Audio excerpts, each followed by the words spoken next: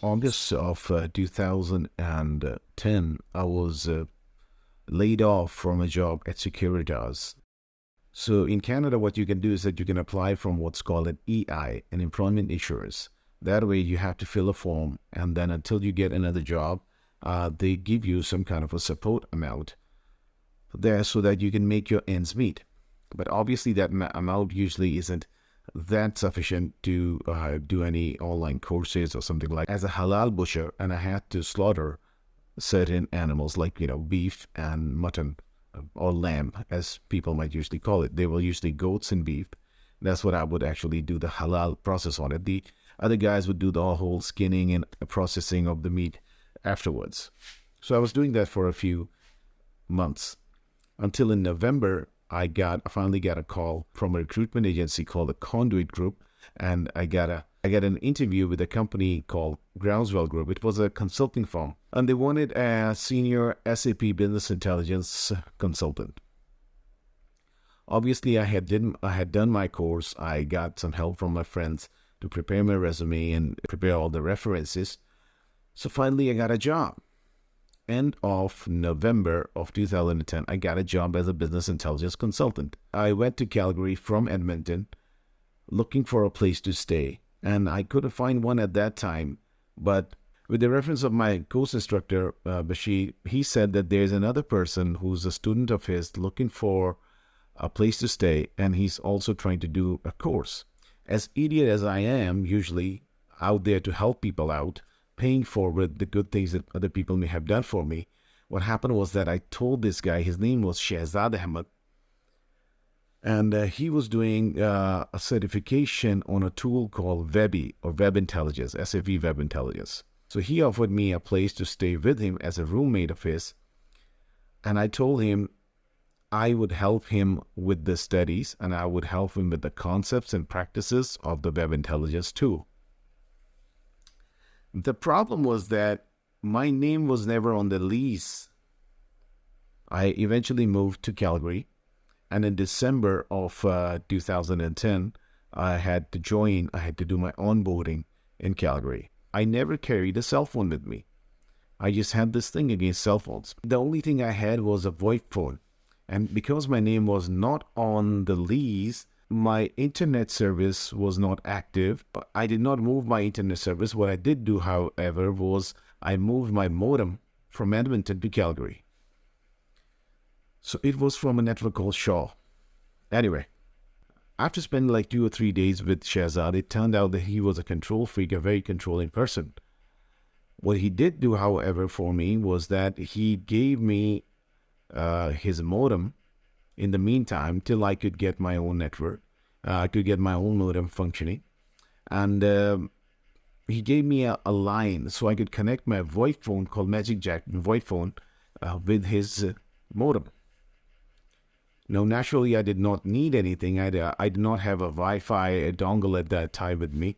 And I was, as I said, I was barely making ends meet. I had already spent a lot of money and putting down some kind of a rent for a place to stay in Calgary with him. A few days later, his controlling personality got the best of him, and Shehzad started using stronger language against me. Now remember, I had to do my onboarding a few days later. I was already in Calgary. My name was not on the lease of the basement we were staying in. I called Shaw Cable. What they said was that if there is already an extra line out in the closet or out in the house, what you can do is just simply hook up your modem and your internet will start functioning. This is what I told Shehzad. And he said that, well, I cannot allow you to do that. Somebody from Shaw is going to come and he's going to install it. I cannot allow you to do that in the house. I said, what? We on a sharing basis, I don't need your permission, brother. Anyway, he was out. He was doing some kind of a pizza delivery during those days. What I did was that I placed my modem, but I still waited for somebody from Shaw to come and hook it up or connect my modem to it. But my modem was already placed in that small closet. I was in my room later that night, and Shahzad came in, and he started yelling in Punjabi, and he said, with whose permission did you put that modem over there? I said, I didn't hook it up. He said, but whose permission? By whose permission did you put it over there? And he was just, invading my personal space. I said, well, I don't need your permission, first of all. Although I didn't hook it up, I don't need your permission. And he used an abusive curse word that goes with the mother thing. He said, your mother's, I don't want to use that word, but you know what I'm talking about. That angered me, but I quickly did my numbers, and because my name was not on the lease, had something happened, had we been going, had the things gone down to blows, the police would have arrested me, I would have lost my job, and I had to look for my career at that time. And I would have been thrown out of that place. I don't know what would have happened. I told him, don't use that toll, don't use abusive language. So Shahzad disconnected his modem's connection from my computer, did not allow me to hook up my modem, so eventually I was left without any internet. And I was down to like $99 in my bank account. So I did not know what to do. My EI was still about to come, like in a week's time. I had to pay for my gas, other things, for my food. This another character who actually helped me before, his name was Amit Sayal, a very nice fellow. I went to a payphone. Yes, those existed back in 2010. So I went to a payphone and I called Amit. I said, this is what happened. Well, he said, don't worry about it. Go to your nearest mall and get postpaid burner phone. That should suffice you for that time. Well, at least I could get my phone, but I still had no way of connecting to the internet. So I was using internet from different kind of internet cafes. Those existed way back then as well. The other issue what happened was that the people living upstairs, because we were living in the basement, the people living upstairs, they were smoking. And I have a sinus, in case you haven't already noticed, I have a sinus problem. So I had difficulty breathing. Sometimes I would get up in the middle of the night because they were smoking upstairs. And my whole room would be filled with the stench of cigarette.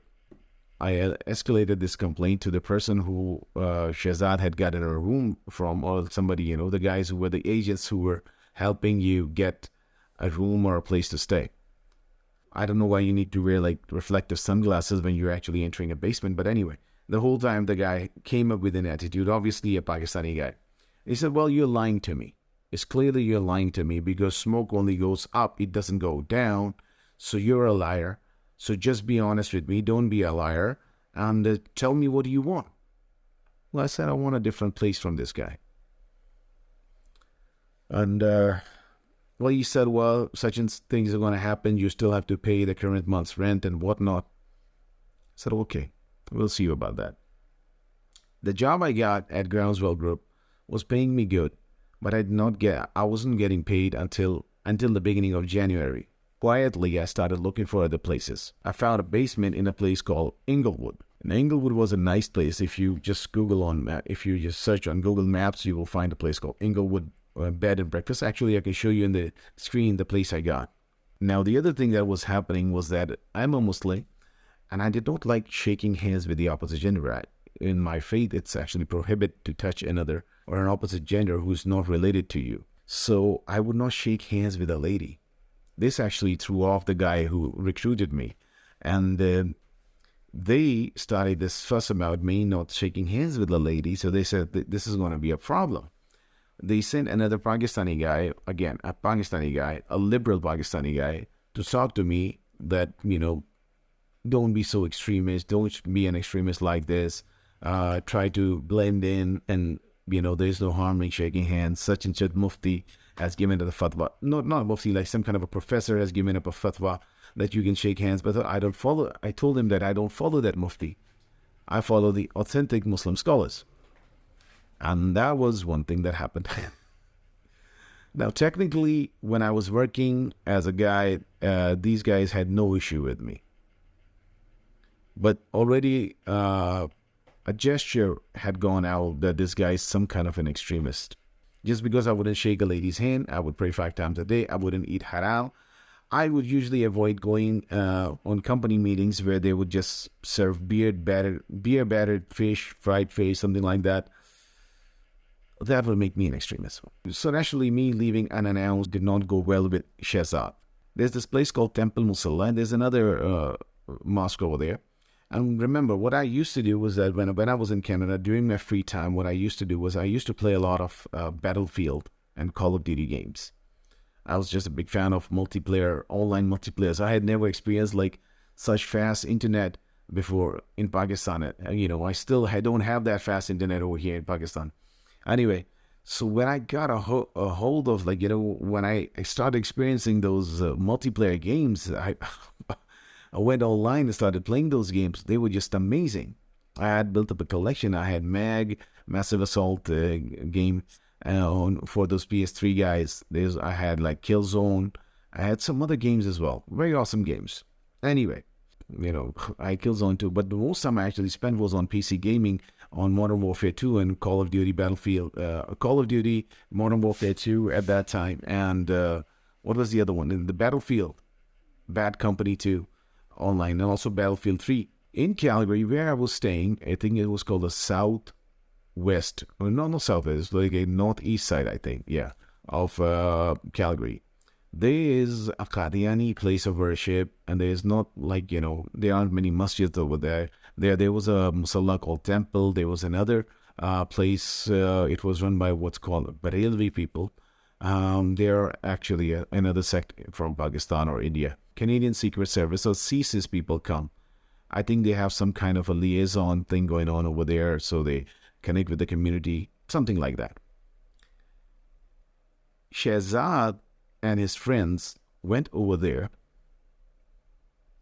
and told them that I am some kind of an extremist, some kind of a terrorist, and I might be involved in extremist and terrorist activities. In February, January, this happened, and in March, I think we St. Patrick's Day. Hold on a second, let me check when is St. Patrick's Day. St. Patrick's Day, yeah. Okay, so the January went by, and the end of February, actually, I got a knock on my door, and a guy came in, and he said that I'm from Canadian Secret Service. Is it okay if I come in? Now, usually my place is a mess. I don't know if you can guess from the background as well. Usually I have a problem just keeping places clean because I'm just one guy. I have a lot of problem keeping places clean. So I usually don't invite people in. And I had seen a few videos in which I was told not invite law enforcement people openly unless you really have to into your house. So I said, well, I don't see a reason why I should let you in.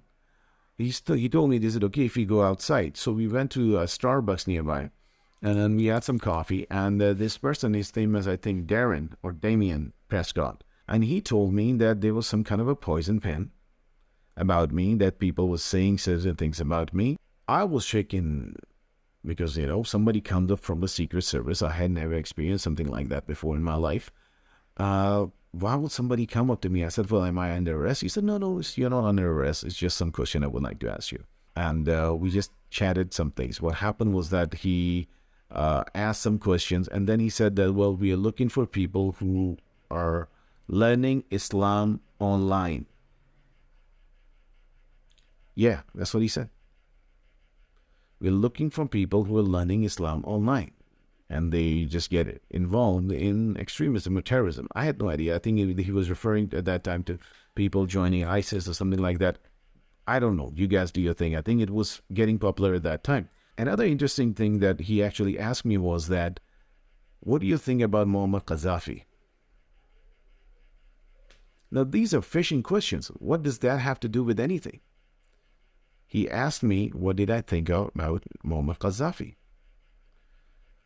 Now, honestly, I had no interest in Muammar Gaddafi. I had just seen at that last time I saw an Andy Samberg impression of Muammar Gaddafi on SNL.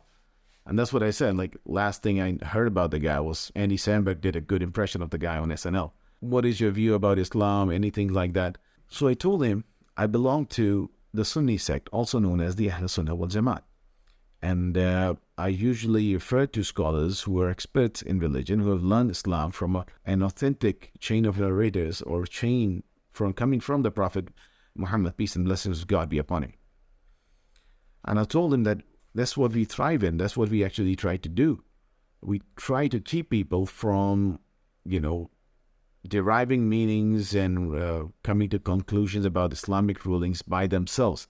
Rather, we invite them to join or to ask the experts, authentic experts, about Islam, the traditionalist Islam, the Sunni Islam that's known as. There were the four schools of thought. I actually referred to some people. His name was Maulana Ilyas Khoman. And what he does is that he does an academic, he holds academic classes, he does online classes, and his group is called Ittihad Ahl Sunnah wal Jamaat, which basically translates into unity of the Sunnis. So we belong to the Hanafi madhab and the Deoband school of thought. That's what I told him about. I said, if you want to just search about me on the internet, if you find anything, you come to me, which he did later on. But while we were leaving, I asked him, what did somebody say about me? He said it was about celebrating, September 11th anniversary. I was like, why would I celebrate? So what? Anyway, I started looking for what CSIS was. I left my cell phone at home. But what I did do was that I tried to call my brother, my oldest brother. His call actually went to voicemail. So I left him a message that these guys are over here. They're coming to take me, something like that. I'm going out with these guys, just so you know. When I came back, I got a voicemail and a bunch of missed calls from my brother. The CSIS people, apparently, they visited my employer, my place of employment. Now picture this if you can. Hi, my name is Damien Prescott. I'm from Canadian Secret Intelligence Service. We deal with national security issues and with possible terrorist activities. We would like to ask you some questions about one of your associates. His name is Muhammad Akhiq Ansari. What do you think is going to be the effect on the employer about me? A week later, on St. Patrick's Day, I was fired from my job. I could not do anything about it because I was broke and I had about $100 in my bank account. I was given a severance pay. I lost my job. The job that I worked really hard for. The job that I worked really hard on.